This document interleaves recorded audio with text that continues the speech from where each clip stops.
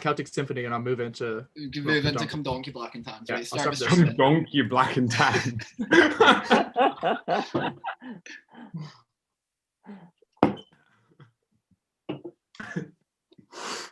Do I leave Jack Williams as a shagger on it? I think I do. Yeah. Oh yeah, principle of truth, Actually incorrect, but like, go for it. Has Mark just DC'd? Oh no. Oh. We need the tunes. Oh wait, no, he's here, but the tunes have gone. Who jacked the tunes? Mark, what's happening? Mark, get your fucking shitty internet together. Yeah, baby. Right, so. All right, we're streaming. I got you. All right. So we're here to intervene in the final. I'm here to set us off. You might be wondering why I'm part of the Irish intervention, given I'm half English, half Israeli, and therefore 100% hated by the Irish. Well, firstly, I'm Ginger. I'm an alcoholic. My name is impronounceable, misspelt gibberish. My grandparents were brutalised by the British Mandate, so apparently that's good enough. But secondly, and more importantly, every good Irish debater was either retired, too busy playing CSGO, socially awkward, or midway through writing his intervention realised they had to go and speak in OG. So, unfortunately, left with me. Now, I come here with a special plea for every speaker in the final, because I am in fact being held captive, and they're going to chop off a finger every time you guys say Delta, so please don't do that. Now, Maurice was supposed to join me for this part, and I quote him, he didn't want to join because my reputation is too fucked already. I really tried to explain to him that, like, it doesn't fucking matter because no one's going to find one of the 50 fucking Oxford streaming links in order to actually watch this. So I don't know why he bailed out. Fucking coward. Anyway, now over to, I think it's pronounced Aid? Oh, fuck no, he's an OG now. Jason, you want to take a look? Look, we're very happy to join you for this special, slightly different version of the Oxford intervention. Unfortunately, Hugh was going to be doing this bit, but clearly the debating post about the strange sexiness of white boy Irish debaters have gone into the head of judging panels. Much like the rest of debating, going online has made a lot of changes. Instead of being drunk in a balcony, we're drunk in our rooms. Instead of spending money on socials, we raise lots of money for charity, like effective altruism, or the Oxford Union. I know some people were upset that the Union cut or lost the IA budget this year, but at least we're safe in the knowledge that they have plenty of money to invite more fascists to speak and fund this bottle of Bucky. And at the very least, it's better than the competition profits going to Matt Hazel's funding of the Falkland War and accumulation of RuneScape gold. We should also recognise what we have lost due to debating's transition, and that includes some of the key tenets of competitions that we all know and love. Like Mark Smith blacking out at a social and threatening to fight people, or Ron striking out on European Tinder, or the European circuit picking a Euros host that didn't pick their CAs the night before they launched their bids. Now that we've paid homage to online debating, it's time to pay homage to our wonderful Adge Corps. We'd like to thank Hadar for staying for this comp, because we know they need to be off soon since they're going to be judging their third comp of the weekend. What that probably means is we're at their third debate about narratives by now. We're also thankful that somehow, against all odds, Emma had the energy to CA this comp, given that her shoulders must be really sore from having carried David for the entirety of the summer. Look, no, most people don't like Irish judging. It's got a reputation. Everyone's a bit like, oh, they can't, follow basic argumentation, understand what anyone's saying. Think critically, but one individual, one person reached out. Jason Zhao saw the value in our circuit, and he reached out for more judges when Oxford was at its most desperate. I'm going to read out a text from Jason now, just to show how much he caught the Irish spirit, how much he cared about our Irish soul. All right, so a letter of Jason to me, as he asks me to IA. Keevy, top of the morning to you potato munching cunt. Hope you're not too busy with your famine that the British definitely didn't cause. or shagging your sister, of course, which is obviously something you're doing just fresh off the morning. But look, we have a competition. It's a mighty load of what you might call crack, but civilized people call fun. You know, it's called the Oxford IV. Oxford is a place of learning. There's things like books, knowledge, you know, but you don't even need to be curious like the Countess Land, since you can judge from what you would know as a computer. This little box you can see pictures in. I hope this gets you soon. Not sure if Ireland has Zoom yet. Enjoy the potato ache, and we'll offer every Irish debaters 10 bushel of potatoes just to come along for 15 minutes. All the best, boyo. Look, the next CA we have to thank is the debating mainstay that is Brian Wong. And like WDC 2023 tried to have every circuit represented in their CA team. Luckily, they didn't have to bother because Brian's accent covers the entire globe. We still have a grievance with Brian though, since they seem to have 12 accents, but none of them are Irish. Are we just not fucking good enough, Brian?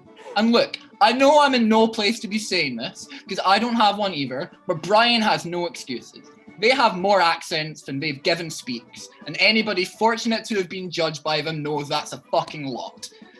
Finally, we want to thank Mubarak, and this was where we were meant to write our joke about Mubarak, but for some reason all we could find was pages of Facebook posts advertising Bangladeshi comps. And after this comp, we're hoping that Mubarak is going to enjoy returning to coaching debating in Qatar, which if you go by the knowledge of US debaters, is a coastal city in Saudi Arabia on the Strait of Hormuz. Now, final thing we want to get into when laying out this comp. We want to lodge a formal equity complaint regarding the quarter-final motion on the basis of discrimination against the Irish, the most vulnerable actor. It is completely unacceptable that the info slide included no analogy explaining which group was the Catholics, which was the Protestants, and how it analogized to the years of colonialism that Ireland, and exclusively Ireland, have suffered.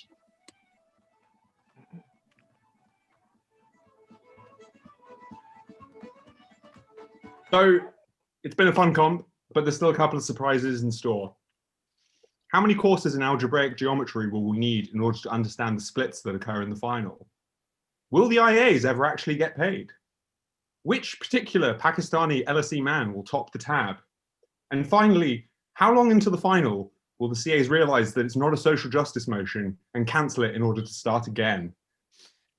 Before I leave you, I would like to pass over to Kevin, who has a couple of words before we start the debate about land bridges. Yeah, so look, you know, I think I have a bit of a grievance here about the treatment of TCD Hist B robbed in the quarterfinal. You know, some might have accused us of you know, knowing fuck all about the relationship between Saudi Arabia and Ethiopia. I beg to differ. Others might have, you know, accused us of not understanding basic geography or the limits of what could possibly be achieved by man alone. You know, others might have said that, you know, our claims were implausible and that the average intelligent voter would have known we were lying fucking gobshites. And look, I'm not gonna contest all of those claims, but you know, I think a land bridge, right? A land bridge across the Red Sea. I'm sorry to interrupt you, Kevin, but if Boris Johnson claims that he can build a bridge from the UK, or what's left of it, to Ireland, I think it's perfectly reasonable to build a bridge across the Black Sea or wherever it is that Saudi Arabia borders. I see literally no difference between those contexts, Ron. I mean, practically none. You know, like what could feasibly hinder that progress? And all I'm saying is, you know, if a land bridge hypothetically did exist, you know, which TCD B also ran in that quarterfinal, because, you know, you look at that motion, you're like, what the fuck is the connection between Saudi Arabia and Ethiopia? You're like, is it metaphysical? You know, is it logical? Is there some kind of principle here? No, there is a literal connection, right? It might not be on any maps. You know, it might not be on any, Almacs. I don't know. I think that's just lots of maps in a book. But, you know, what the fuck do I know? But, you know, at the end of the day, you know, a land bridge it's a bridge, right, guys? So what you have is you have a large amount of land, okay? And it goes from point A to point B. And that means that people can cross across this land bridge. It stops boats. It stops war, or so I claimed. It leads to pirates. Oh yeah. Martin McGuinness, he built a land bridge. A great guy. Basically ended the troubles. Some said it was just a bridge. I would claim it was a land bridge. Like, what is the limit of what constitutes a bridge constituted of land? And I would say that, if it came from the land, then it's probably a land bridge. And I'm not just dragging this out relentlessly to give OG more time in a final. That would be absurd. But I am saying that a land bridge as a thing, as a concept, why is that implausible? Have you ever seen it? Look, I literally have a little graphic here. Admittedly, this is the Isle of Man. If you look at my name, and I know that is again moderately different from Saudi Arabia and Ethiopia, and there's that thing of Djibouti, which is in the middle. But I think that could kind of look like, if you were imagining it, if you're hypothetically envisioning a world where there was a land bridge between those places, no one rebutted the existence of the land bridge. Everyone just seemed to assume the land bridge was, absurd.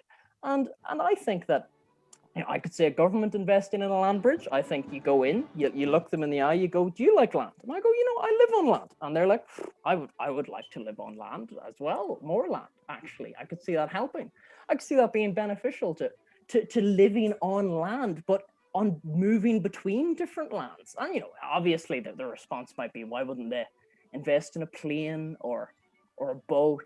Or even, to be honest, just drive around. Like, they could have just fucking drove around. Like, I'm starting to see holes. But, like, independently of that, I don't think it's that implausible that it could have conceivably existed. I just think there's minimal to no incentive for, for it not to exist, really, is what I'm saying. It's like, and also, like, just think of examples of land bridges. There's a land bridge over there. Just look out your window. There's one. If you just look hard enough, squint, you English motherfuckers. There's the Ox Bridge, which connects Oxford and Cambridge. There's that.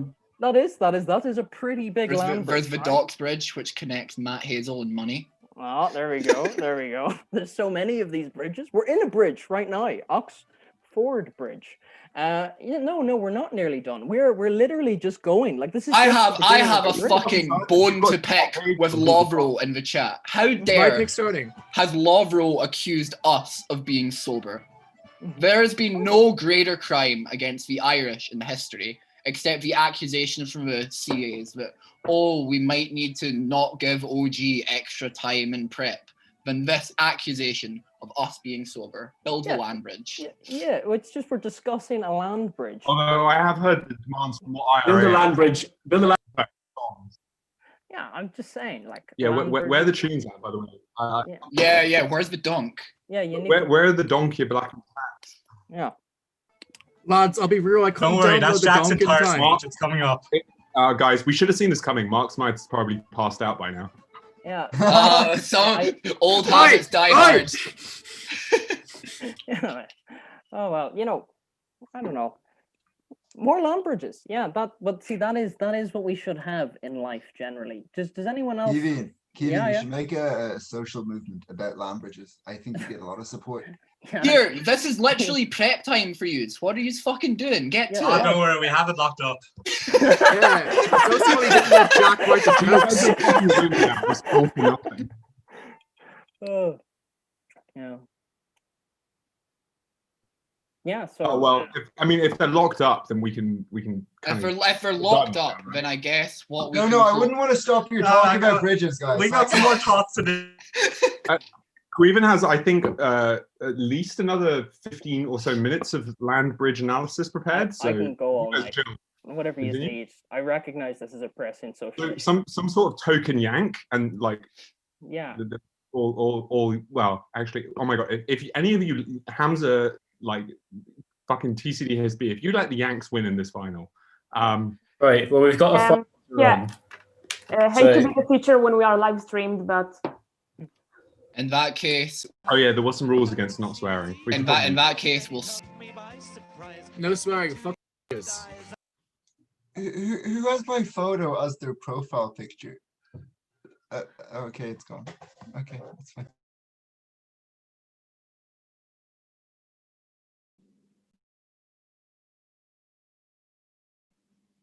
Okay, I feel it's about time to start the final.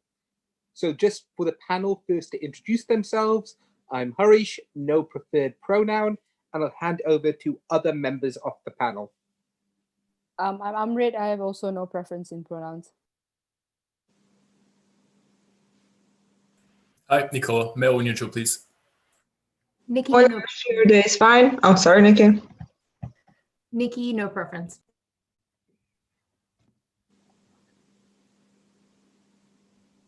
I'm Ashling, she or they is fine. Sorry. Ashling, she or they is fine.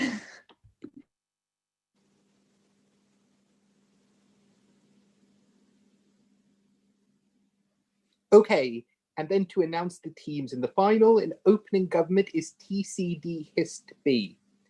In opening opposition is McGill PF. In closing government is Manchester JL. And in closing opposition is LSEA. Could all the speakers please write down their speaking orders and preferred gender pronouns in the chat? And please, if anyone has any issues with being streamed, please tell us now, either in the chat or orally.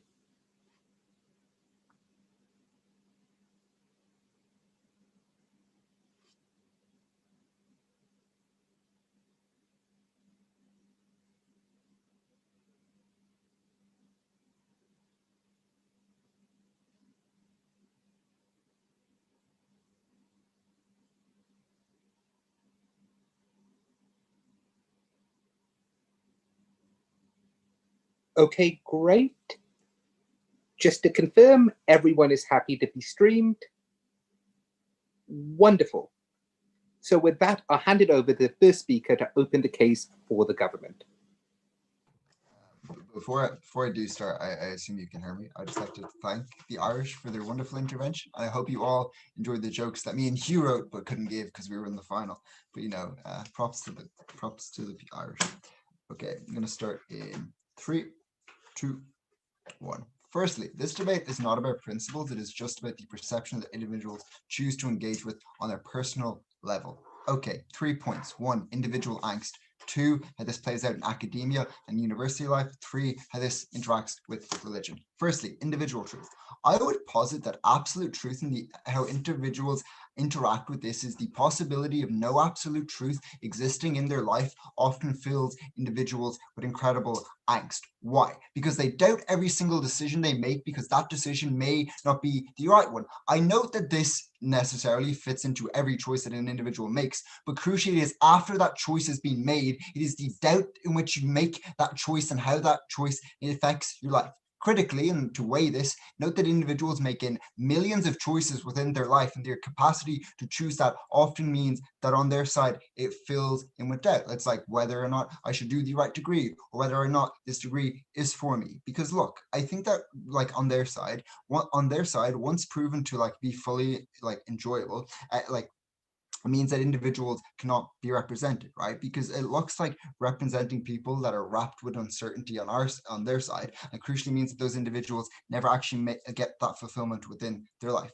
Why? 1, they never get to enjoy those experiences insofar as you don't know whether X or Y is the correct decision for you. So in hindsight, it may be that decision was totally fucked, but it's the fact that you believe it objectively that it was the right decision for you and allows you to feel okay with that decision. Even if that decision has negative utility for you, it's the fact that you perceive that decision as being a good one that offsets that negative utility that you accrue and necessarily offsets that hurt. But 2, I just think you have necessarily more peace, right? Because I just don't think you doubt decisions as much on either side. I think it just is the perception from an individual level that you made a good decision every time you have to make a calculi on whether that was a good, an objective truth or a bad truth as to whether that was true. Second point, academia. What does this mean?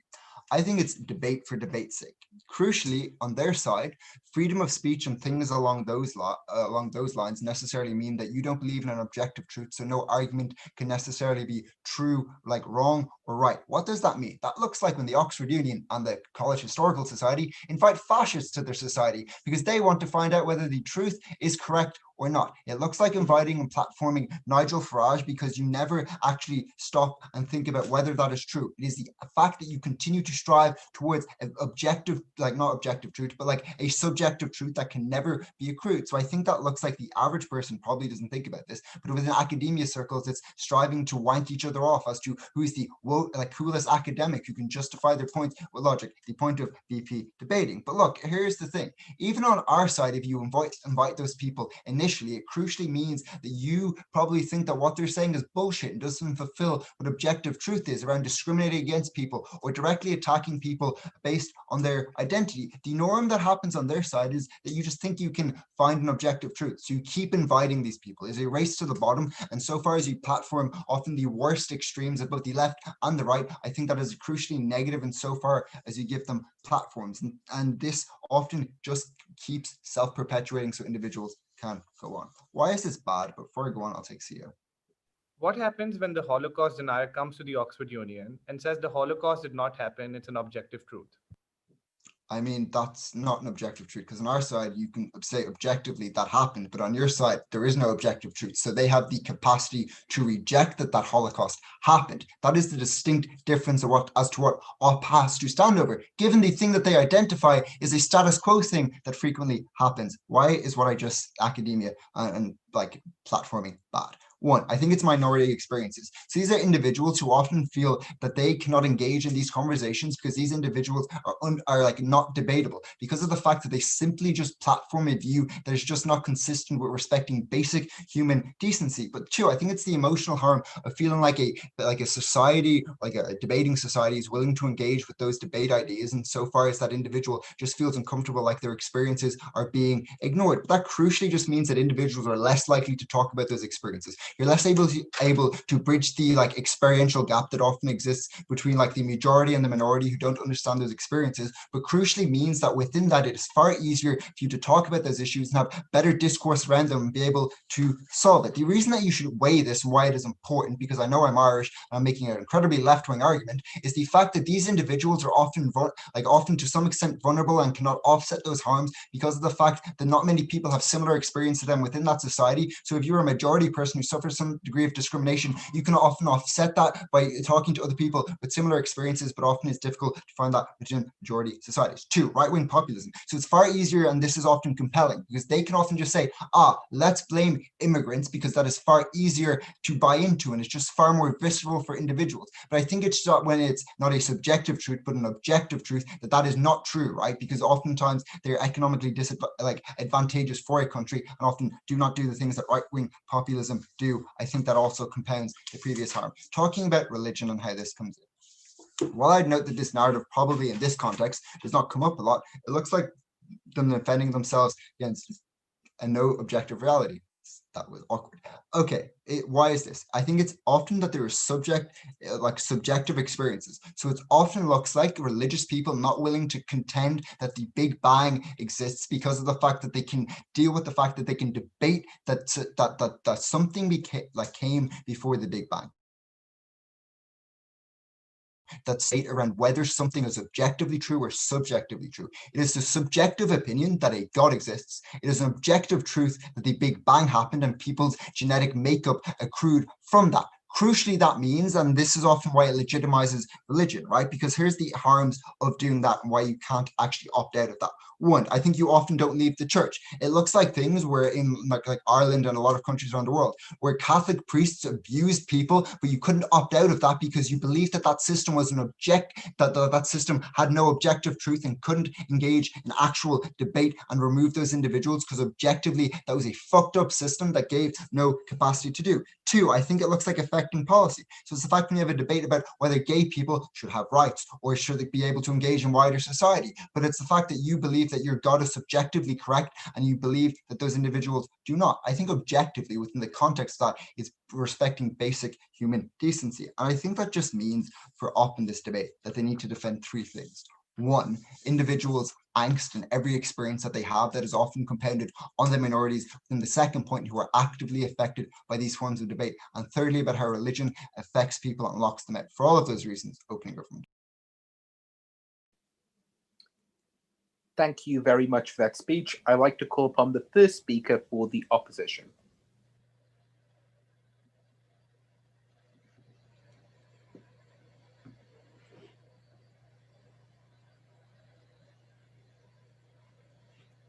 I'm going to start by engaging with what we hear from the PM and then advance 3 claims. Firstly, why conceptions of truth are always shaped by actors who are in a position of power. Secondly, about social impacts. And then thirdly, a principle. Getting into some rebuttal. The first argument that I want to refute is that individuals feel substantially more validated in their decisions when they believe that there's objective truth. I have a couple of responses. The first thing to say is I just think that prop completely mischaracterizes how this narrative actually applies in society overall. When you're doing things like deciding what kind of institution that you're going to go to, you don't have a thought process with yourself of like, am I complying to my own objective truth? I think they're conflating conceptions of truth with moral determinism, but rather this narrative applies to far more broad moral questions in our lives, like what moral system we want to opt into in the first place. The second thing to say here is that it is not good if people feel more validated in the kind of decisions that they are making, if they're making decisions that are not actually in their own self-interest. What we're going to prove through our case is that we unlock a far broader number of choices to people, such that even if they do not feel as validated in what they are doing, they get material resources that are actually far more aligned with their own identity and their own interests. In terms of deplatforming individuals, Farrell will give you mitigation about why this is not the reason why we platform people or not, but let's just take their case at its best. We just don't think that platforming people is actually something that is that bad. Even in a world with objective truth, people have different conceptions about what their own objective truth actually is, meaning that people still end up having whack views. I think often when we platform people and you're able to hear how socially ridiculous what they're saying is, when you have other people who are able to say that Holocaust denial is wrong, when you have things like public debates, this is actually a way that we can moderate the opinions of substantial numbers of people. The first argument that I'm going to forward is that conceptions of truth are always shaped by actors who exist in positions of power.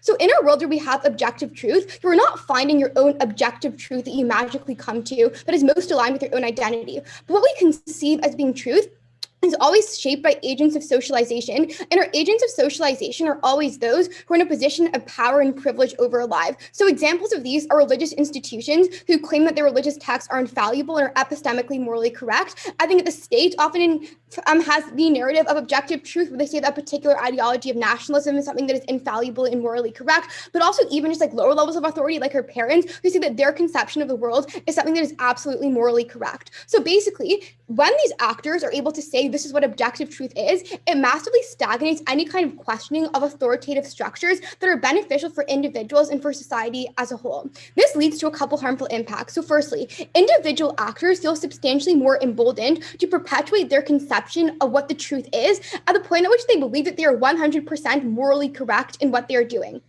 So these powerful actors often have the capacity to shape the agency of other people. So we give you the example of Western colonial powers who were very willing to engage in things like deveiling practices because they believed that the kind of policies that they were engaging in were absolutely morally correct because they have access to some kind of moral truth. Note, even if powerful actors would have an incentive to do bad things under either side of the house, individual people within authoritative structures become more introspective, right? So if you do not believe that like maybe Christianity of your colonial state is absolutely correct, individual people are going to be substantially more likely to actually question what those structures are and what those structures look like. So you end up getting your powerful actors being substantially more inclined to influence the agency of other people when they feel a lot more validated with their own moral views. Secondly, more importantly though, individual people within these kinds of institutions become substantially less introspective about the nature of these power structures and of the nature of these institutions. The reason for this is that if you believe that what you're being told by your parents or by your religion is objective truth, you have absolutely no reason to question whether this is actually true or what these kind of power dynamics actually look like because you're just blindly following morality. Even if in theory, like Op might say, or Prop might say, but what if you had the wrong objective truth first? When you've literally been socialized to believe in a particular truth from a very young age, any kind of grappling with your entire like moral paradigm is going to create such an existential crisis on an individual level. Very, very few people do. Under our side of the house, people are going to be a lot more willing to buy into the fact that multiple conceptions of truth are actually something that exists, which is very important in decreasing the perceived moral legitimacy of actors who try and reinforce the idea that there's only one kind of particular truth. This is important for a couple of things. Firstly, even if we do not shape entire social structures, individual people become substantially more introspective and are able to make choices that are more in their own lived experiences. So for example, someone of a religious institution questioning whether their religion is actually morally correct and perhaps being a lot more inclined to convert when they actually introspect on that, which is good because people have diverse preferences and they're more likely to find an end that is actually meaningful to them. But secondly, this narrative massively reifies power structures and decreases the rate at which social change is able to occur. Even if they get small quantities of people questioning these structures, large numbers of people massively increases the rate of social change. When you increase the perceived legitimacy of how you are counteracting that social structure, we also get more power and numbers in the form of protests or resources to actually change these kind of institutions. So the kind of institutions that we are talking about that were established in society first are often overwhelmingly regressive and problematic, and we can unlock agency by changing these kinds of bad power structures. Second claim, how are we better for society as a whole? So firstly, the narrative that there is an objective truth massively decreases our willingness to compromise on issues and to discuss things with others, right? So if you believe that your own thought process is something that is absolutely morally correct, you're going to feel incredibly validated within that particular thing that you were thinking. And therefore, things like cross-political discussions are going to become substantially less likely because you believe that you are so morally correct. You think that people on the other side of the political spectrum are absolutely morally bankrupt and morally crazy. So we're able to get a lot more compromise on key social issues under our side of the house. The second thing to say is that when it comes to entire institutions like science and like academia as a whole, you're a lot more likely to question embedded biases that exist within these kinds of institutions when you believe that thought processes, that things that institutions have discovered are malleable rather than things that are morally correct. So we think that science as a whole would have actually developed at a substantially faster rate when you do things like continually question the hypotheses of other people when they're often wrong, right? Because the first person who invents a genius thing is often seen as being correct, but they're often not when you can get criticism in the future and you actually unlock the thing that initial assumptions were incorrect. So when it comes to things like scientific progress, it is vital to get a continual questioning of hypotheses in order to get the best kinds of innovation in the long term. Finally, what is the principle of this debate? Because we disagree with OG that there is no principle. Effectively, we think that there is no such thing as objective truth in the most important kinds of things. So even when it comes to like maybe certain scientific things, there might be objective truth, but in the areas of our lives that this narrative applies to the most, there's often not objective truth. So things like religion, things like morality, things like individual priorities, things like what the good life ultimately looks like. The reason that there's no objective truth in this case is that what we consider to be true in the first place are shaped by things that are entirely subjective and are entirely individualized, right? So our entire moral system is shaped by a variety of facts that were reinforced by actors who have their own subjective preferences about what the world is going to look like, which is evidence under the status quo where we opt into entire different ends and we all have our own preferences. We think that a narrative that tells people that the world is true actually feeds them a conception of society that is a lie and that is actually false, where you tell people that there is a truth when there is not, which we think is a moral wrong within itself because you harm people's will to actually introspect and come to independent conclusions. For all of these reasons, I'm very proud to stand in opening opposition.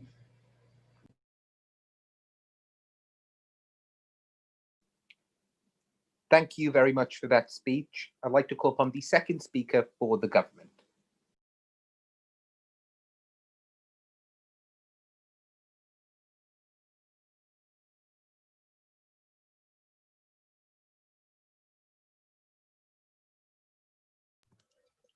Can you hear me? Okay, cool.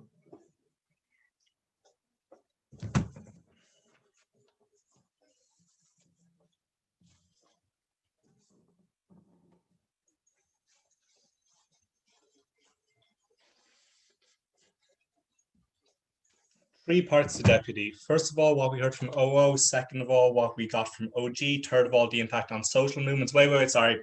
I was looking at my notes from round 1, round 3, round 5, the semi and the quarter. Never mind, just the first 2 parts. First of all, what did we hear from opening opposition? First of all, it's a massive assertion, which I think needs to be mechanized and then would probably be backloading when they say that the most powerful people define truth. Check your flow panel. They never explain why this is true. We think it is a lot more likely that in a world where you believe in objective truth, then it is likely that you will probably have the most credence for someone who proves that the objective truth is right. So this means if a religious leader or a scientist is at conflict, you probably just believe who has the better logic. When people can prove objectively true things like proof by contradiction. So you can prove that the Catholic God doesn't exist because there's no way there's suffering in a world where there's an all-powerful, all-good God. Second thing they say is that powerful individuals are emboldened to act worse. Again, there's no comparative analysis here. They do not explain how powerful people are linked to the narrative. I think if you are a Catholic church or you are a colonial power, I think you will do awful things because it is in your self-interest. I don't think it matters whether you can say that you are objectively true or not. You will still act the same way. However, we think what does change is when objective truth does not exist and everything is subjective, then they can always justify their things more, because you cannot disprove that it is objectively good to try and spread the Catholic Church around the world, even though that is absolutely awful. We think often like it is just simply independent of social narratives, the way people act. Trevelyan was a sociopath. When he colonized Ireland, he did so because he was a terrible person. We don't think it matter that he believed in some narrative. Then they say that parents are the tipping point, so now you are unsure of your entire life in the future. Again, like parents are like, this is not the tipping point. On our side house, or on their side house, presumably parents say, you should believe this because it's true. If their comparative is, oh, you should believe this because it's true, by the way, objective truth exists, I'm not sure exactly why you believe your parents more. But note also the fact that it is incredibly unclear to us as to why they believe that the fact that you believe in objective truth therefore believes the first truth that you hear. We think actually, and this clashes well with their points about finding the best objective truth and like the ability of individuals to compromise and the ability of people to clash with science. We believe that on our side of the house, you get more analysis and more like discussion and overview and accountability as to what is truth. Because if something can be subjectively true on their side of the house, this means that when someone says something like a scientist who is a bit wrong, or a parent who you might want to argue against, then you do not argue against them because you believe that their truth could be subjectively legitimate. And even though you might believe other things, you don't actually think that you can disprove them because truth does not exist. But however, on our side of the house, if someone tells you something and they might be wrong, whether that's the scientists or the parents or the powerful people that OO talk about, in each of those cases, you are now more able to scrutinize them at the point at which you can explain exactly why objective truth doesn't, or why they do not have access to the objective truth.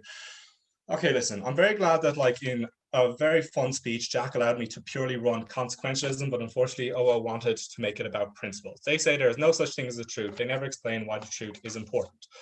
First of all, if they want to make this about what is truth, and they say there is no such thing as objective truth, we say, yes, there absolutely is. It's incredibly intuitive. What does truth mean? It means something that factually occurs or does not occur, something that factually is valid along a certain metric, whether that is, does it occur, whether that is, does it make a more preference, whether that is like who won a debate. We think these things have particular answers. Why do we know these things have particular answers? Because we've created entire academic subsets of things like logic, of things like philosophy, which have proven this. The fact that I can tell you by like not only intuition, but also I could like write out an equation and tell you by contradiction why 2 + 2 = 4. We think at the point at which our experience is only by the way that we communicate, and truth is only an expression of what language can be determined to be valid. We think within our own experience, things can be true. Even though I cannot write you an equation for why one girl might be a better partner for me or a better soulmate for me, the fact is that there's still an objective truth that compatibility is a defined objective thing because it is a part of language. So therefore, it is objectively true that there's one person that is most compatible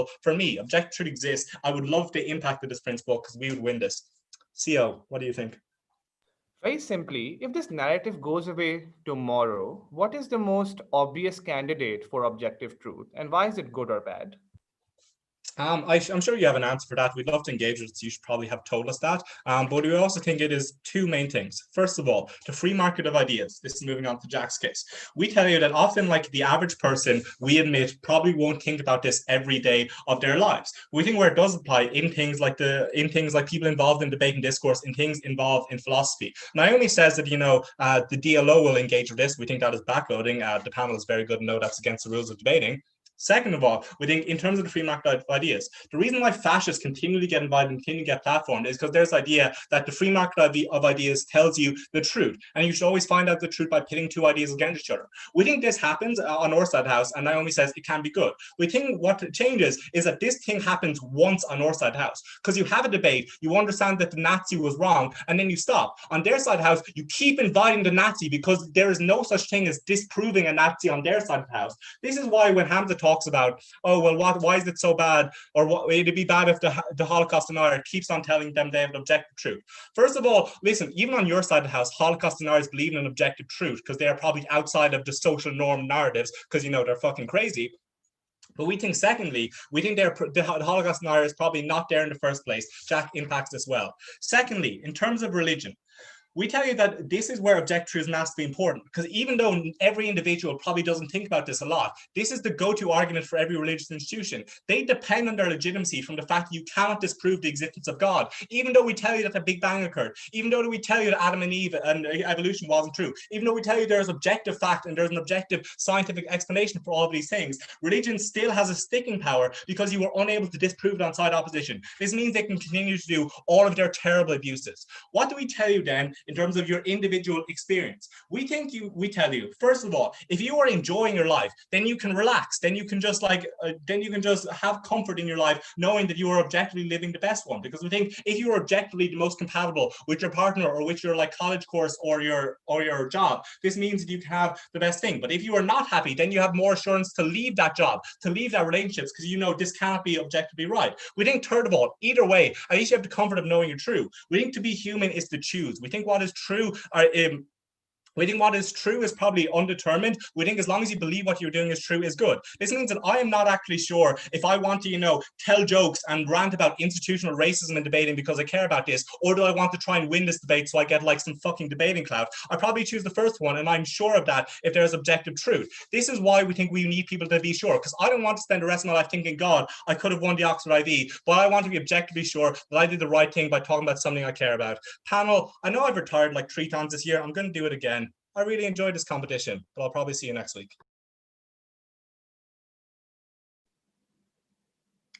Thank you very much for that speech. I'd like to call upon the second speaker for the opposition. Can everyone hear me?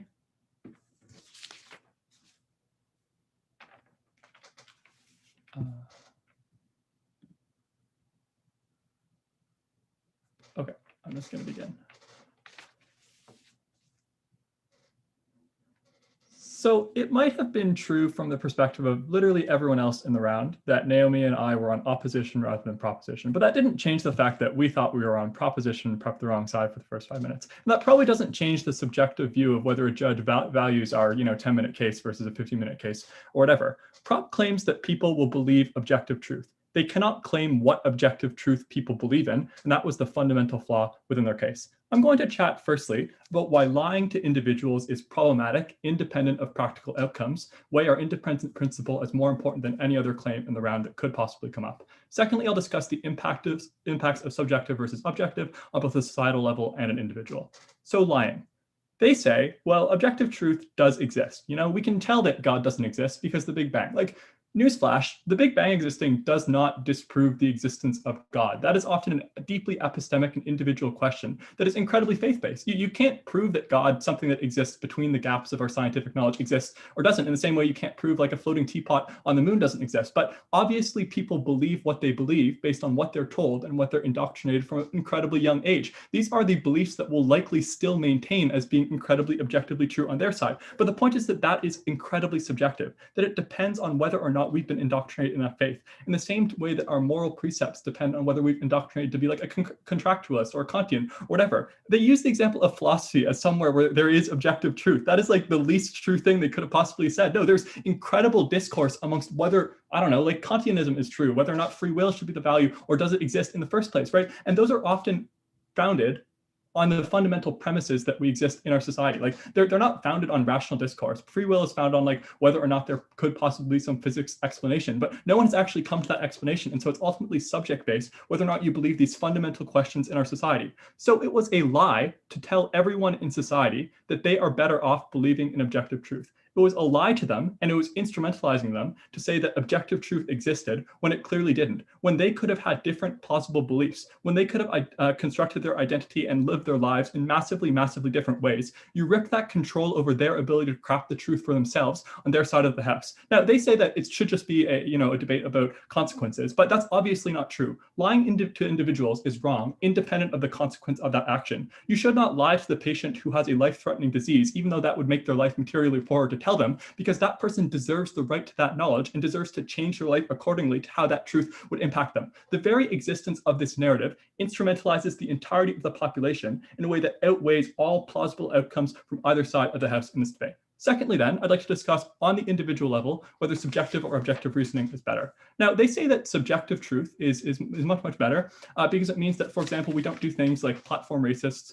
or you can make individual decisions better. On individual decisions, like individual angst is cool, but you don't live in individual angst all the time in your life. And the reason for that is because most decisions aren't consequential enough to really care that much whether or not you made the right decision or wrong. But for big decisions, doubt is sometimes possibly pretty good, and it pushes you to deliberate a little bit harder and make the better decision. But even if that wasn't true, their side has much, much more angst. And the reason for that is because you don't know what the objective truth is. You're trying to deliberate that. You don't know if you've made the objectively correct decision, but you know that there is an objectively correct decision out there. So you're much more angsty when you don't understand whether or not you've lucked into the correct one, or if you've lucked into one that will ruin your life for the rest of eternity. The point is, on our side of the house, there are a multiplicity of subjectively acceptable preferences that you could have, and therefore it's actually much, much less angst. And on the individual level, you're much, much better off on our side of the house. But I want to point out that that does not mitigate Naomi's case, the idea that you can't find your own objective truth in this instance, because her case was about what you're told by the elites and those who give power and have knowledge, power over knowledge in our society. So what this basically meant was that subjectively, when you see an elite giving you a message, when you have an internalized narrative, when you are told from a very young age, through the children's stories that you read or through the books that you're indoctrinated into, that that person is not necessarily true by their mere existence of asserting the truth, then we'd suggest that that is much, much better for that person to grow up. It means they're much more likely to be skeptical when someone tells them something. When an authority figure, like a religious person trying to indoctrinate them, tells them that they have the objective truth, no, you're much more likely to reject that on our side of the house. The important thing here was that just because the objective truth is debatable doesn't mean that someone is going to engage with the other side on it. Their response to this claim was basically that, look, when there's an objective truth, you're actually more likely to engage with the other person. But here's the issue. Rejecting an objective truth doesn't just involve rejecting the idea that, maybe you're right in this one instance. It rejects the idea that you and everyone around you who is telling you something are correct and are rational beings in and of themselves. It says that the professor who told you that evolution was not real, for example, in the 1900s, was incorrect. The person you trusted almost most in your life. It was telling you that your parent was incorrect about your religion just merely because someone else was asserting a different objective good that they supported on their side, or not their side of the house, but their side of the argument. The point here is that on our side, we can have subjective discussions. We can understand that just because someone has a subjective disagreement doesn't mean that they are necessarily based irrational beings, and therefore you're much more likely to change your beliefs on our side when it's much more likely that the bar for changing that belief is not being objectively wrong, but rather being subjectively wrong. What that meant was that you're much more likely on our side to engage with the other side, someone who did not feel as a flawed or irrational individual at heart, but you felt that someone who had come to the subjectively incorrect position on a certain ideal or certain action. What this meant was that you were actually much more likely on our side of the house to have genuine political discussion. For moderates, you're much less likely to suddenly agree randomly or objectively with one side. You could be swayed by different political discourse, and you could have a much better democracy because of that, because people would actually be engaging and discussing with those individuals and trying to sway them, rather than just assuming that one side will vote for one side or the other. When our side tells you that you're going to have an objective truth or a subjective truth, that means that it's subject-based, but doesn't mean you can't argue for it. Now, they say that you're just going to invite loads of racists because you believe the truth is subjective. I'd just like to say there are other reasons why people are invited to campuses. It's often conservative groups on campus, for example, Turning Point USA in the United States, that invites those people because they believe that's what the objective truth actually is in their worldview. And so we'd suggest that that's probably going to happen on either side of the house. They're probably still going to believe because of, the authority figures that have indoctrinated them, or Donald Trump or whoever, they're probably still going to believe that. And this is also true of populism, because populism often does not respond to rational incentives. It's not like a populist is like, aha, therefore I will hate immigrants. No, they often come to it based on premeditated fears that often are riled up by those very authority figures, and they believe that to be the objective truth. Now you might be saying, oh, doesn't that mean the narrative doesn't exist? No, the narrative is a buttress, but an imperfect buttress against those demagogues that try and rile up an objective truth against one particular group. So it would be much, much worse on their side of the house, where an objective truth can be claimed that can't be argued with. And so therefore, obviously our world's not perfect, but when this narrative does exist, it's much better off, we propose.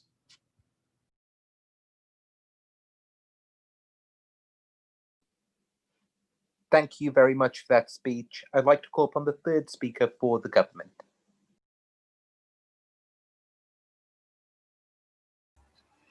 Hi, can people hear me? Yes. Okay, cool. If you want to offer me POIs, please put it up in the camera so I know that you want to offer me a POI. Great. Ready, set, go. I think the framing that is symmetric on both sides is that people still need to make decisions based on a singular conception of truth in order to not do contradictory shit. They still need to make decisions on policy that are shaped by a dominant opinion, either on the individual or state scale, and they still need to make value judgments that color your interactions with other people. For example, whether or not you believe in a racist worldview or whatever. Note that dominant truth is still shaped by the powerful, so this is symmetric on both sides of the house. Opening opposition never prove a counterfactual. But furthermore, I just don't understand when you recognize there are other opinions, I don't understand why you accommodate for that multiplicity on that individual and state scale. Like, the only mechanism they gave us is that you press X to doubt, right? And suddenly that causes you to accommodate for a multiplicity of views, both on an individual level as well as the state level, right? I don't know why people on the counterfactual had the, for example, incentive to doubt, and whether or not this doubt is actually going to be utilized constructively, such that they can arrive to the correct, decision. A couple responses before I break the deadlock that occurred in top half. First, they say it's really hard to de-entrench objective truth, and now on our side, people are able to come to the people can now question these entrenched beliefs, right? I just didn't think they went deep enough, right? The reason why truth is entrenched is because you have vested interest in a specific worldview, right? That's why sometimes people have the incentive to sell something as objective. Note that people still have vested interest in a specific worldview that's symmetric to both sides. That is why when you suddenly allow people to believe that no objective truth exists, why people are still really entrenched in their views and they don't have any incentive to actually doubt them, right? For example, people who believe in alternative facts or fake news or whatever don't feel any incentive to doubt their worldviews, even if they know other views exist, because they have a vested interest within a specific worldview. I'm going to prove to you how we best get those people to reform. Then they say it's good that you can question seemingly objective things like science, right? Note that at some point the questioning has to fucking stop, right? I just don't understand why this continuous questioning of hypotheses is even good to the extent that you never arrive to an actual conclusion. So I think that at some point you just needed to concede that the earth revolved around the sun, that there are certain types of objective truth that you should stop debating, right? So firstly, I'm going to break the deadlock that happened in top half. So top half was in a quagmire about whether or not objective truth was likely going to be weaponized by the bad people like the fascists or the white supremacists, or whether or not the vacuum was more easily weaponized. I'm going to give you structural reasons why it is the vacuum that is much more easily weaponized by the bad actors that you want to talk about. Note that power structures, first of all, are not homogeneous and they are not static, right? They are the big and powerful people are not just one homogeneous body. It's not like they're all grouped up into one. There are several bodies constantly competing for credibility. This looks like different political parties and factions with different ideologies. These look like different social groups. This looks like different expert groups. For example, scientists often disagree with government actors. That's why it's not just one big homogeneous body out to oppress you, right? On our side, I'm going to tell you why when you have the concept of objective truth, you're more likely to have the good guys winning. Looks like scientists on climate policy. This looks like doctors in COVID. On their side, I think it's more likely that the socially damaging guys dominate opinion that is both able to influence on an individual level as well as state policies. So first of all, I want to talk so what types of knowledge are actually being discussed here, right? Because I think that top half is completely confused, right? Just because the concept of objective truth exists doesn't mean that it is applied universally, right? So note that most likely the parts of knowledge that we're actually going to be making a delta on is things like, for example, that where you can actually arrive to an objective truth, right? Stuff like where there is a material objective reality that is a common denominator with all people. These are likely where it's going to be the most impactful. So note that opening opposition on the arguments like, oh, you can have your own subjective meanings of life and the value of life. You can still have that on our side of the house, because I doubt that just because the concept of objective truth exists doesn't mean that literally subjective opinions can no longer exist, right? People are likely going to believe that things like politics, aesthetics, as well as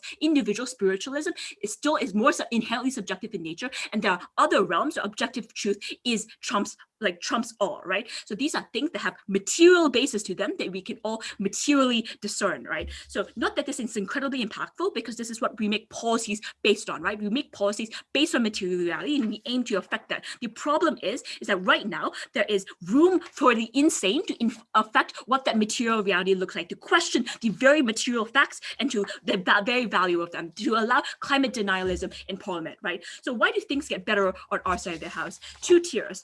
A, credibility, right? The problem right now is that people have equal credibility and there's no burden of proof on either side, on their side, right? Because note that you don't discriminate how people arrive to their truth. There is no, because like there is no such thing as objective truth, and there is no such thing as a good way of arriving to that truth. And because there's no burden of truth, there's no common acceptance about what the standards of truth should be. I think this is now different on our side of the house, because now to the extent the objective truth is likely going to be rooted in what the common denominator is, i.e. what you can materially fucking see, I think the burden is to provide material evidence for your claims, right? Not that this also has impacts on things like politics and things like aesthetics that are hugely overwhelming to people, right? Note that, for example, when a person says like, Western civilization is objectively the best civilization. Now on our side of the house, we actually like put a burden of proof onto that, right? Which is to say like, where is your fucking material evidence that Western civilization is intrinsically better than all other civilizations, right? When people make really bad claims, there's now a burden of proof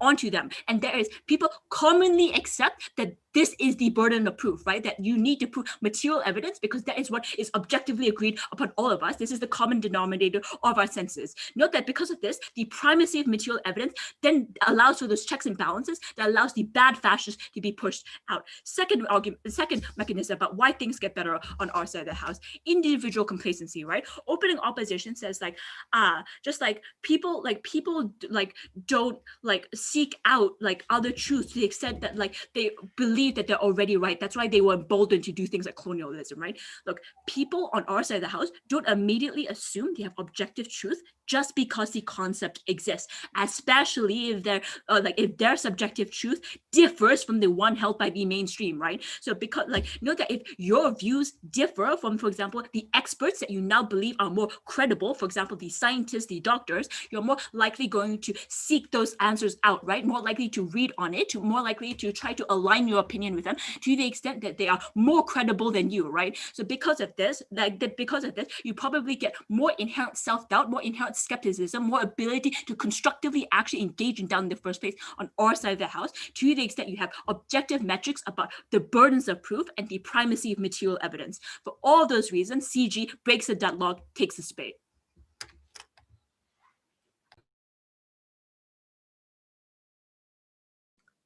Thank you for that speech. I'd like to call upon the third speaker for the opposition.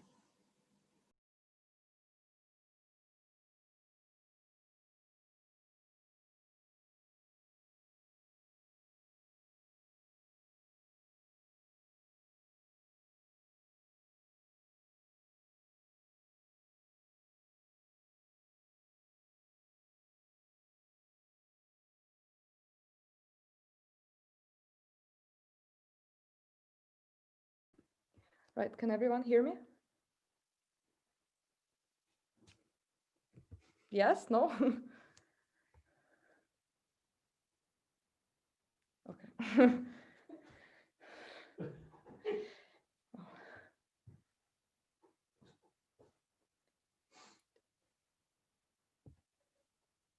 What CO will do in this debate is acknowledge that this is a narrative debate, not a debate about I, as an individual, should embrace one or the other thing, which seems to be what the opening half collapses into. We will clash directly with closing government, which acknowledges that this is about how societies are run, what societies believe, and how societies function in terms of what they perceive is the goal of their collective pursuit. We think that this debate should become should exit the debate land and think about how reality changes when you embrace different norms within our structures. I will have two specific contributions. Firstly, we'll talk about what is the comparative in this debate. What replaces, what becomes the objective truth in societies that embrace this principle? We will take them at the best and say, we think this is science. We'll not say religion. We'll not say anything that's like an obvious thing to negate. We'll say, let's take science that people think is the one that progresses the technology of society and brings it further. We'll say, this is the specific danger we'll tackle. But secondly, we'll tell you,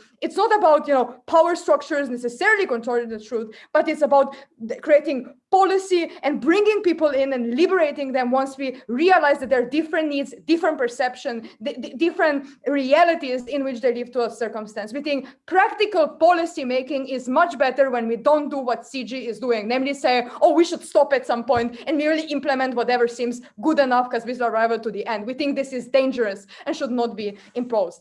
Firstly, let's talk about science, right? We have this notion on closing government that suddenly we should say, oh, there's objective truth, we've arrived to it, and at some point that the discussion needs to stop. We can see historic examples of societies that have embraced the objectivity of science. Eugenics used to be a thing, and thinking about making the efficiency of society, saying, there's some objective optimization problem that we're trying to solve. We say the problem there is that if you look at people that work in science, is that they got caught up in their ideas and paradigms that believe that are objective overall, and those are societies that are trying to maximize something overall that they do not question. We say it's important to have an intellectual humility that comes to a degree that says, look, we have cognitive limitations and limitations of capacity that is shaped by our perceptions, emotions, and past history, due to which we need to constantly question whether what we are doing is correct. This is not to say, note, that science should disintegrate and everything goes. Our argument is not about relativism of truth. Our argument is about skepticism and about humility when we arrive to that truth. Specifically, what we mean by that is that once we are checking this against our biases, we're able to expand things in terms of science and do not arrive to radical conclusions that might not be the case. Specifically, what we mean by that, look at sciences that have embraced it, with physics specifically, that acknowledge that there are many theories of things that are plausible, with biology moving to things that think about how different mechanisms might work and how different perceptions might come into place, because that enriches the knowledge that we have. But note, science can only be democratized and inclusive and actually serve the society once we accept that there is no objective reality to begin with, because this is the great advancement from the 1950s our societies have achieved, from science that was objective in some sense, and yes, power control, but to the one that is democratized, that comes from the critiques of feminists, critiques of postmodernists, that acknowledge the shortcomings of people that think closely in the terms of optimization problems. We say it is about questioning the very premise and paradigm in which you operate, and only then can you arrive to a model that is useful. This is why science does not disintegrate in our model. We say it is about embracing different kind of models that approximate and investigate realities from different kind of perspectives in order to arrive to some kind of every solution that works for the most people possible. And this is where I come to the second point about social liberation and inclusion when we come to subjectivity. What do I mean by this inclusion? Look, when you think about it, there's some objective reality when we try to distribute taxes, or when we try to talk about social problems, what we negate is that people have radically different experiences of things. And note, this is the impact of what opening opposition fails to do. It is not about that you are being coerced and controlled. It's about you're being alienated and unable to participate. And this is the real harm on our side. It means that your policy is never done with different perspectives and realities in mind. It's not about that you as a Black person don't know that you are having a different reality than what's promoted by the powerful. It's about that your narrative is not acknowledged in a society that promotes optimization of the objective to begin with. So this is where we give you the analysis that says, look, it is about breaching that isolation, loneliness, and alienation when you allow for the possibility that policy addresses different possible subjective realities. But thirdly, and even more importantly, we say that people that are able to acknowledge that there are different kinds of subjective experiences lead to important parts of social cohesion in societies. Note, this is important. We live in societies that are increasingly diverse and fragmented. At the point when we pursue the idea of objective reality, this necessarily clashes with the subjective experiences within these particular groups. This is like where hatred between different groups of religion, ethnicity, color come from, right? Because we're unable to acknowledge that what I'm experiencing is different than what someone else is experiencing. What we say is by acknowledging this, you're able to bring some kind of social consensus of mutual difference, even though seems like a contradiction, but of mutual fundamental difference in which we are able to coexist. So note, our case is specific because it talks about how subjectivity is able to liberate us from simplistic solutions that can alienate people and are unable to dissolve differences that exist in our reality. Note, the problem with objectivity is that is a theory that assumes things about our human nature that are not necessarily true. We know, as a part of questioning from the 50s, that progressed science of behavioral economics and behavioral psychology, that we're unable to perceive things outside of our personal reality, outside of our personal perceptions. And what comes when we try to integrate that with the norms that don't correspond to our reality is that we get radical solutions that deny our humanity and can drive us to extremes that are purely dangerous. We say the Comte's society of science is the one that's dangerous, alienates people, and causes social strife, both causing opposition.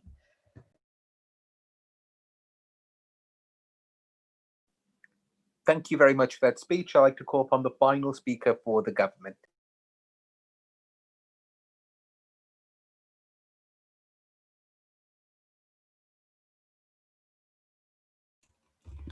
Just give me a sec.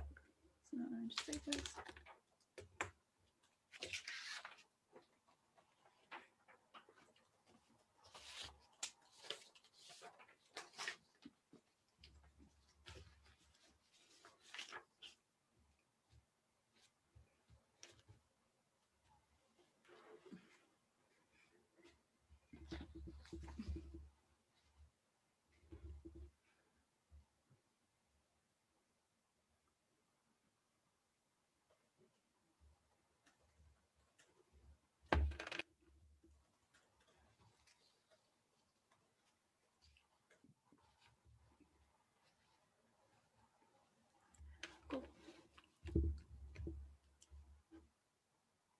I'm going to do two things in this speech. Number one, I'm going to question the two assumptions that came in top half and ultimately knock them out of the debate. Secondly, I'm going to talk about who gets to control the objective truth narrative and who gets to control the subjective truths on their side and why is it better on ours. First, I want to deal with the idea of science that comes out of closing opposition. So closing opposition says that you can't stop discussing science because you need to constantly question like physics so we don't come to like the complacency of bad scientific facts. Like two responses to this. Number one, it's genuinely unclear why discussion about science would stop on our side of the house. The fact that you acknowledge that there is objective truth does not mean that everyone, and especially the scientists, are going to immediately assume that they already have it. The discussion still continues because you are still looking for new evidence insofar as you are still looking for that objective truth that now you acknowledging exists. The difference is who gets to contribute to that discussion. On our side, there are people who are able to provide material evidence, that is the scientists who are actually doing the research and other experts.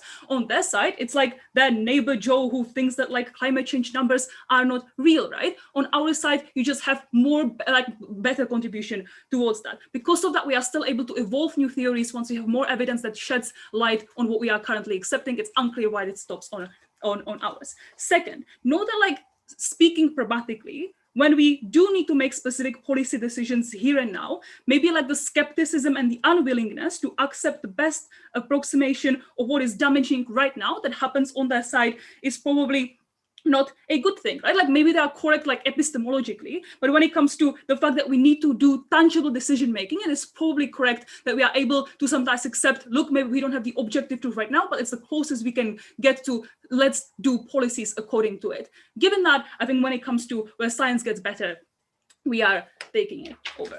Let's then talk about the weird assumptions that happen on top half. The first bizarre assumption that both O and OG made is that like the counterfactual that we are forced to stand by is that there is objective truth in like weirdly every area. So like your everyday life and then like politics. I would know that's probably not true, right? Like when it comes to things like politics or like political ideologies where you have like know that this is about moral decisions and specific moral trade-offs, you probably won't be using the objective truth idea there because you can acknowledge that there's like inherent subjectivity in it, or like individual life, given that still you're going to be making massive amounts of moral trade-offs, you probably know that like you just can't identify the correct objective life. Because of that, we think that like half of the weight clashes that came on top half are probably irrelevant. We think that you're probably going to be applying the standard of seeking objective truth in areas where it is actually possible. But the second and the more important assumption that is made by opening opposition is the idea that that when you have the narrative that no objective truth exists, people are automatically going to go and constantly introspect. I think what Jacqueline adds you, and this is crucial over opening government, is that in a world where you have the narrative that no objective truth exists, people still need to pick a interpretation of reality that they stick to, right? They won't need to make decisions. They need to operate in the world. And in order to do that, they need to pick something that they will be considering to be the truth. Some like these subjective truth will inherently become dominant, right? This is something that people will do because it's something that's just more comfortable. This means that on both sides, there will be a dominant truth. On our side, we can say it's objective. On their side, it's like the most dominant subjective one. The differences then are A, what is the metric that people are going to be using when they are choosing which of the narratives or the theory to subscribe to, and B, who gets to control what the dominant narrative on either side is.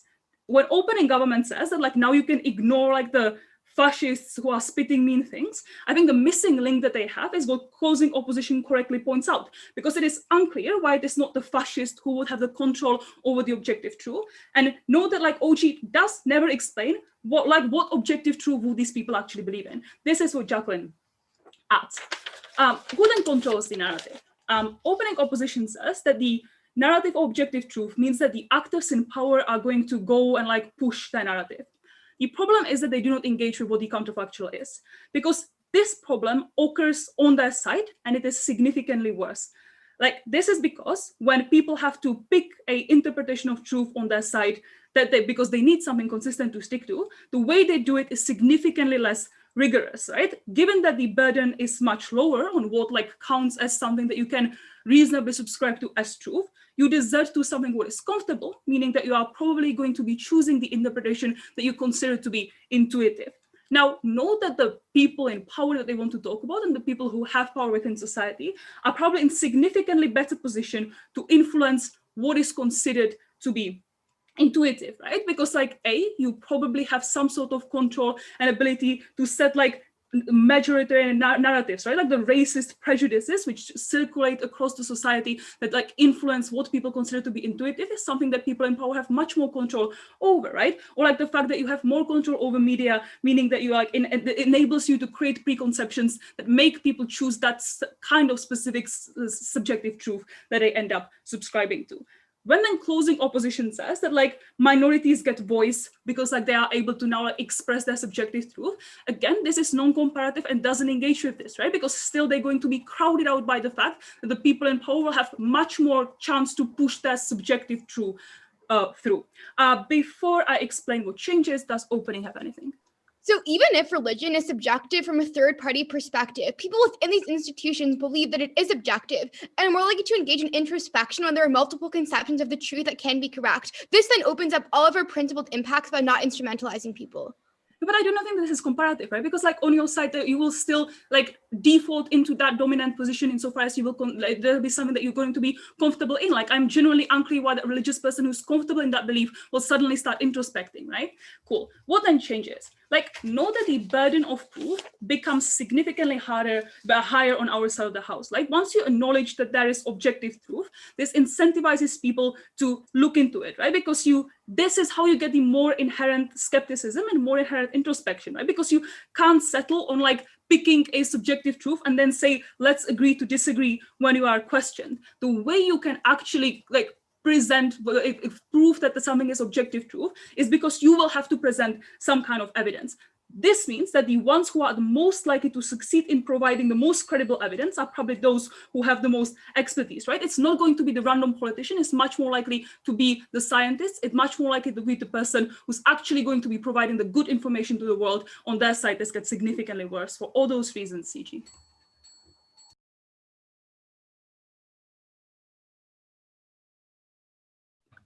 Thank you for that speech. I'd like to call upon the final speaker for the government. All right, just 1 second. I'm giving him the space to throw his feet.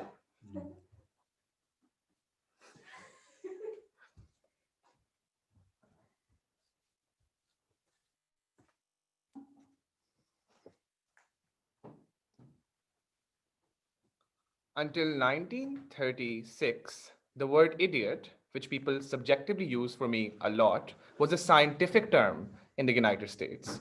Until 1988, homosexuality was a disorder on the scientific DSM psychometric criteria. What I'm trying to prove here is that science often isn't as objective as closing government and opening government pretend for it to be. But what happens when science is questioned? And who did question eugenics? The first people to question eugenics weren't necessarily people who were scientists. The first person to question eugenics was W.E.B. Du Bois, one of the most famous critical race theorists of all time. What we need to do is that we need to look not at people wearing fucking MAGA hats, but we need to look at sociologists of Marxist, feminist, and postmodern leanings who've systematically criticized the overreach of science and its pretense of objectivity. Because when science is objective and objectively wrong, that is when it hurts all of us. The first thing I want to do is deal with opening opposition and try to weigh this up without looking like I'm rebutting them. Then I'm going to talk about opening government. Then I'm going to talk about closing government. Let's talk about opening opposition first. So the first obvious thing that opening opposition missed in this debate was what will the objective truth be, right? Like you can't just be like, there will be an objective theory of truth and then like run throughout a bunch of theories, but then never ground it in terms of what the objective truth actually will be, right? Like you have to be like, there's a thing which exists, which becomes objective. We said, look, we're going to be good here. We're going to take you at your best. That's something you say in debates. We're not going to say it's religion. We're going to say it's nationalism. We're not going to say it's ethnicity. It's science. That's the framing that opening up missed. But secondly, what they don't realize is that the gap in their speeches, which I think the point of information validly pointed out, is just simply that there's a difference between believing that things are subjective and acting on it. And I dare strangely agree with Lucy because they never proved why that perspective manifests into action. That's the gap that we fill on closing opposition, where we show to you that that leads to more activism against the overreach of science and its pretense of objectivity.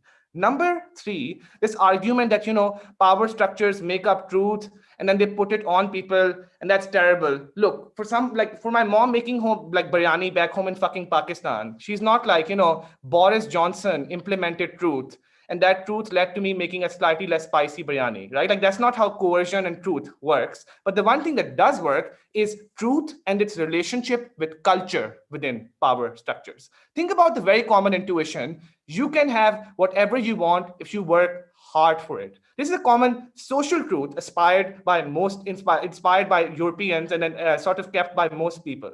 What happens in our world, though, is that we say that truth is very alienating. Because when you can't do whatever the fuck you want and be whoever the fuck you want to be, when you're running from a civil war in Syria and trying to get on a boat across the Mediterranean to Greece. So the problem here isn't as opening oppositions as coercion and truth and power structures. It's the fact that the most pervasive cultural truths are defined by power structures, which come from positions of privilege. These truths are alienating, and these truths never make people feel the exact thing that they want to feel in terms of getting over the problems that they face. In a world of subjective truths, where you know that each person's journey is their own individual journey, is a point at which we provide aid and comfort to the worst of among us. Finally, epistemic humility. This was their argument that, when you know everything is subjective, you will sort of check your own impulses, be like, dude, you're also right. And dude, I'm also right. That's so cool, dude. There's like a big problem with this. It's completely fucking symmetric because you can have many other reasons to be arrogant. For instance, how good looking you are, how intelligent you are, which country you come from. So there's like 50 different reasons why you will still think that someone else is stupider than you are, which has nothing to do with the belief that you espouse, but the individual that the other person is. Unfortunately, real life is more ad hominem than debates pretend for it to be. Opening government very quickly. First point, universities exist and then universities invite Holocaust deniers. I think opening opposition and I said the same thing. If Holocaust deniers say that the Holocaust didn't happening was a fact, that's a problem. But I go further than that and I say, it is fucking horrible for you to be in a university and not have critical education. The worst place in any world as a space where you should be allowed to believe that there's an objective truth is probably university, because university where you're supposed to challenge yourself and be ingrained with new ideas and systems of critical thinking, as opposed to thinking that there is an objective truth, the liberal Kool-Aid that we've all drank, including myself. So this is a meta comment. The second thing that they talked about was religion. And again, I'm going to tackle this in a slightly different way from opening opposition, because religion to some extent, and I know I used this argument in 3 different finals on religion, but it worked all 3 times, so I'm going to use it a 4th time. Religion is a spatial object. So what that means is that the person I am in the mosque is very different from the person I am in the science lab. So my aunt is a gynecologist in Pakistan, and she's a pretty good fucking gynecologist, but she still believes that Prophet Muhammad split the fucking moon in 2. How can she believe that and also believe in biology is beyond me? But the answer there is that we espouse different truths in different spaces. That answers the religion question, because even if you have subjectivity in religion, that's significantly undermined by the fact that that subjectivity is constrained within a certain space where you need that subjectivity. That takes opening government out of this debate. Finally, I'm going to clash our extension with CG. Before that, opening, why not? Narratives don't exist in isolation. We give you 3 instances where this narrative is the tipping point for change. On your side, scientists have many incentives to act the same on both sides. If anything, they work harder on our side because you are always seeking the objective truth. You are never satisfied with a subjective truth like you are on your side of the house. Tipping points is the reason why we get the mechanism. This is so good. The response to that is very simple, right? The answer is that in knowing that there is no objective truth is what leads to you aspiring towards finding a space which isn't subjective, but intersubjective. What that fucking means is that you don't become lazy and complacent. All you say is, can I find a thing that works for most people and not all people? Anna already met this, so I don't know what to do about that. CG said, science is great. We shouldn't question science too much. 2 responses here. First, you're straw manning that we said that there is no discussion within science. There is discussion within science. There isn't enough discussion within science. I'm thankful I'm speaking after that so I can correct the fact that this is a comparative and marginal debate. Often there isn't foundational criticism of science, which leads to my second response. There are institutional incentives to keep science as universal as possible. When Hugh Everett said that quantum mechanics is the future of physics, which it became, he was fucking fired. When biological geneticists talked about how eugenics is an imperfect science and idiocy perhaps isn't the proper scientific term, he was fired. Charles Darwin was a fucking outcast in his days. So the entire point is that science tends to be as monolithic paradigmatically as possible, which means that there's less criticism. On our side, we get criticism not just within science, but outside science from marginalized communities and people who have ideas of class, gender, race, and elsewhere. Panel, this debate is about science becoming the objective truth, but the overreach of science is the end of all of us. I am so proud to oppose. I'd like to thank that speaker for their speech and I'd like to thank all